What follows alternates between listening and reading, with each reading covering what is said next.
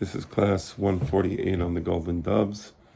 I am doing some foliage watching in the beautiful state of Vermont, but I figured let me give a class anyway.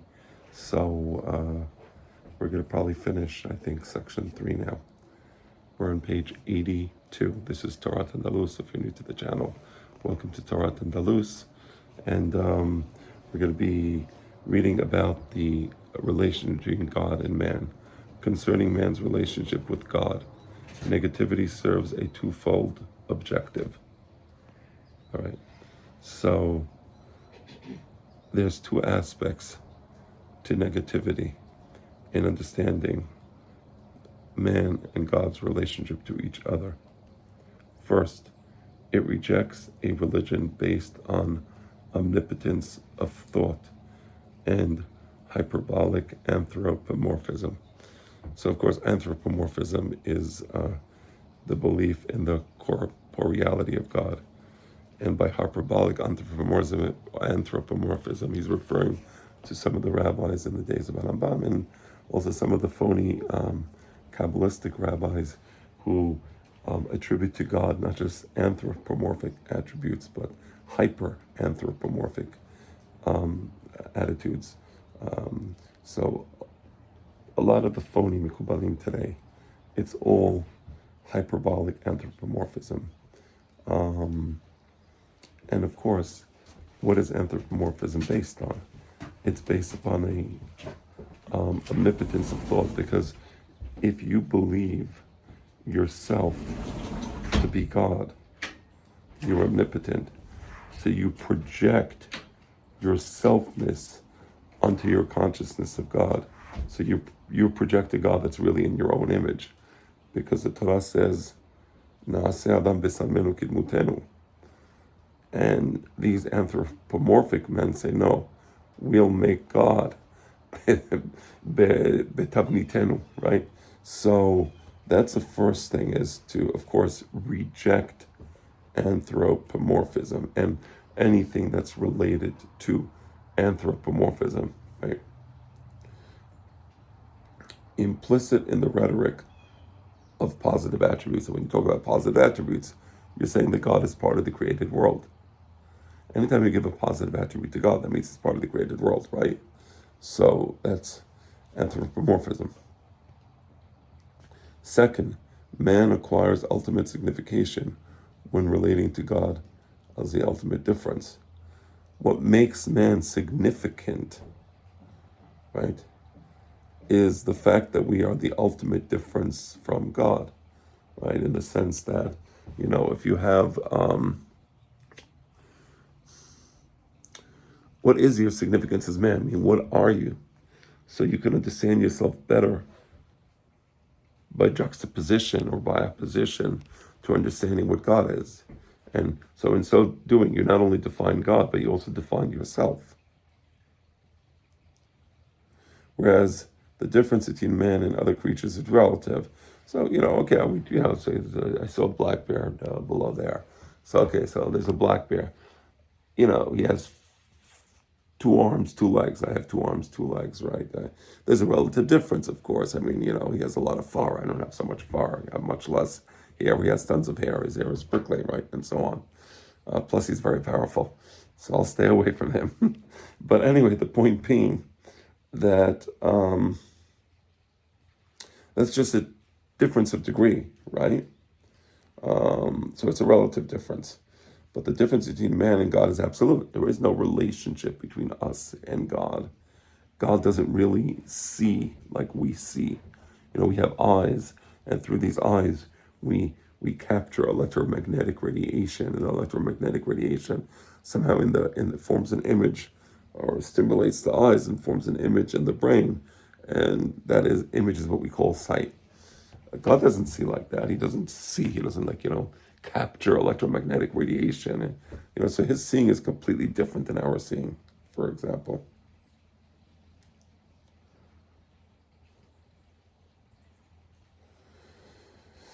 Right. In relation to his creatures, God is the total and unqualified difference, right? Right. So there cannot be a point of reference between us and God, or a point of similarity, I should say, between us and God. There is a point of reference, but there's no point of similarity between us and God. There's nothing in my identity that's like God's identity, right? I'm created, so there couldn't be. The minute you say B'ri Yesh Me'ayin, the ayin is completely different than the yesh, right? God existed somehow. His existence surpasses the ayin. So when there is a yesh, the yesh has nothing to do with that realm. Maurice Blanchard refers to this interrelational space as an interruption of being, in the sense that there's like a blurb or a in the matrix, right? Because if you perceive something about God's presence, that presence, it's like it's gonna like puncture the matrix, so to speak, in the sense not in an ontological sense, but in the sense of presenceness, because the presence of God is a different type of presence than ours, right? In the sense of presentness, right? All other modes of relationships tend toward the unity of the I. The I wants to annex the other, identify him with myself by making him my object, or by studying him like an object, right? So let's say there's a relationship between me and an individual that I want to study or understand, right? This all says in Hollywood romantic love, which is narcissistic love, where basically you try to narcissistically project certain things about your inner psyche onto the other person.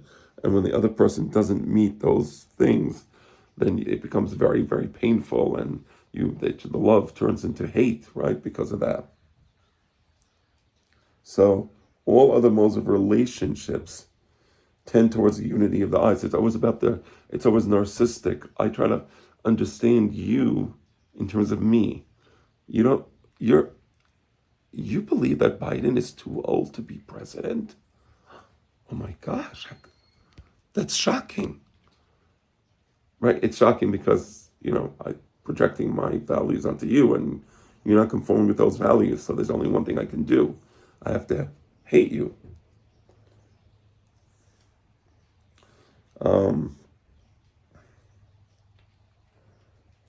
Right? So the I wants to annex the other. I want to encompass you within me.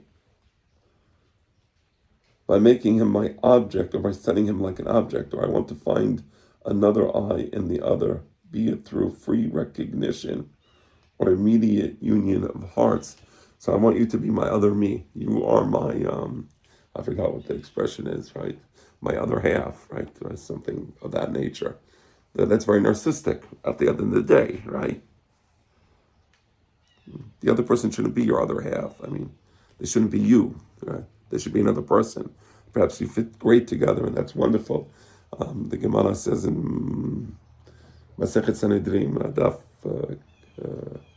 Kaf Bet on the bottom. No, yeah, Kaf Bet. I think it's Amud Aleph. So it says on the bottom of the page, it says, everybody says, I don't know why, maybe I'm making a mistake, but everybody says, Kasher zivugo shel adam ki kriyat yam suf. Even that's narcissistic. Think of it. It says, Kasher zivugo shel adam ki kriyat yam suf. The zivug of a person is as difficult as Kiryat Yam Suf. That's very narcissistic. That's what the Gemara says.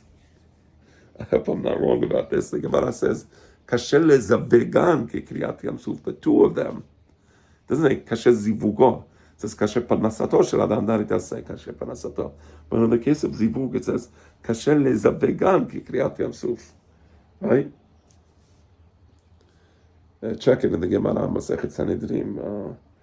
Again, Daf Kaf Bet Amud Aleph on the bottom of the page. So you get the idea, right? You understand it's Kasher lezavegan. All right. Because lezavegan is a recognition of the two people. Lezavegan, Bilshon Rabim. Zivugo is looking at that specific individual, right? All right. So in romantic love, there's union of the hearts, right? They become, right. Interruption of being, however, is grounded on the irreducible distance between the speakers, right? So in contrast to, I subsume you through my identity, I subsume you narcissistically. There's what Blanchot refers to as interruption of being, right? I interrupt my own beingness to understand you. You're different than me. So if you're different than me, I'm going to interrupt my beingness to understand your beingness, right? That's what he refers to as interruption of being or interrelational space. Interruption of being, however, is grounded on the irreducible distance between the speakers. The strangeness of the other can never be punctured. So, I don't like the idea of Trump versus Biden because there's so much evil and corruption. It's crazy the world has become. But let's say I believe in certain values, capitalistic values, and you believe in something less capitalistic for sincere reasons, not for the nutty Marxism that envelops us. And let's take Bet Shamayim Bet Hillel. Okay, that's the Shem Shamayim. Machloket the Shem Shamayim. Right? So I'm interrupting my beingness by trying to understand you. Right? And I can disagree with you, but I should first try to understand your beingness. Right? There's an irreducible distance between us. And I respect that, and hopefully you respect that as well. The strangeness of the other can never be punctured. I don't understand how Bet Shammai matirim sarat habat in the case of Yibum or Chalisa, right? How can they allow the sarat habat to the Yavam? Right, so this is strangeness to me, right? So I recognize that you're not me. And because I recognize that you're not me, first of all, there's a certain strangeness. I acknowledge the strangeness. And second of all, I don't hate you. And that's what the Gemara says, that between Bet Shammai and Bet Hillel, notwithstanding this chasm, real machloket, with respect to the Sarat Erva, whether she's muteret to the Yavam or not muteret to the Yavam,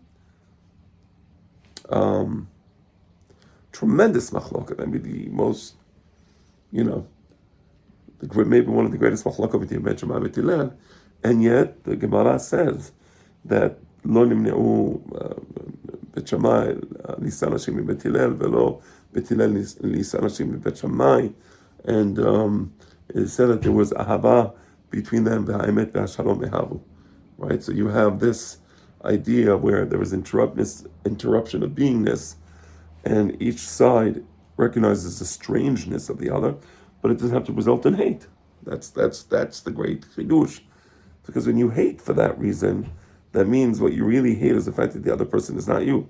I can disagree with you. I think that certain types of people are lacking in mental acuity in their judgment. It doesn't mean I have to hate them or disrespect them or be mean to them.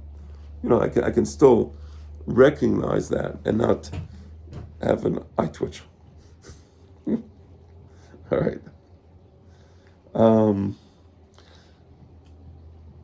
Let's stop here.